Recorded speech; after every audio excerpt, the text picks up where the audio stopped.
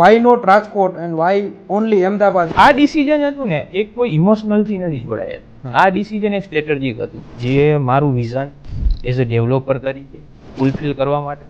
એના માટે રાજકોટ સિટી છે ને એ થોડુંક નાનું હતું. અમદાવાદમાં રિયલ એસ્ટેટ અત્યારે હાલના ટાઈમમાં મેસિવ ગ્રોથ પર, જેમ કે 2 દિવસ પહેલાના સમાચાર છે, કોમનવેલ્થ 2030 અમદાવાદમાં યોજાવાની છે.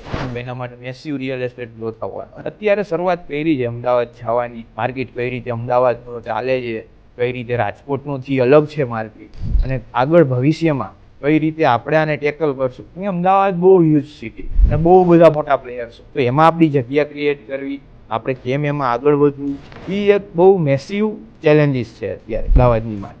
એટલે આપણે જોવા જઈએ છીએ કે વધારે કે અલગ અલગ સિટીમાં ક્યાં ક્યાં ડેવલપમેન્ટ થાય છે, કેવું ગવર્મેન્ટનું ફોકસ છે, ક્યાં કામ કરવાની આપણને મજા આવશે, ક્યાં ઇકોસિસ્ટમ વધારે સારી છે. અને અમદાવાદનું મેસિવલી ગ્રોવિંગનું મેઇન કારણ રિયલ એસ્ટેટનું, ઇન્ડસ્ટ્રીયલ કોરિડોર સારી છે, એમએનસી પ્રેઝન્સ છે, ગેટર બાયર છે, સ્પેન્ડિંગ પાવર બહુ વધારે છે, અને એજ્યુકેટેડ કસ્ટમર, જે રાજકોટ જેવા સિટીમાં થોડું ચેલેન્જીસ રહે છે એજ્યુકેશન બાબત.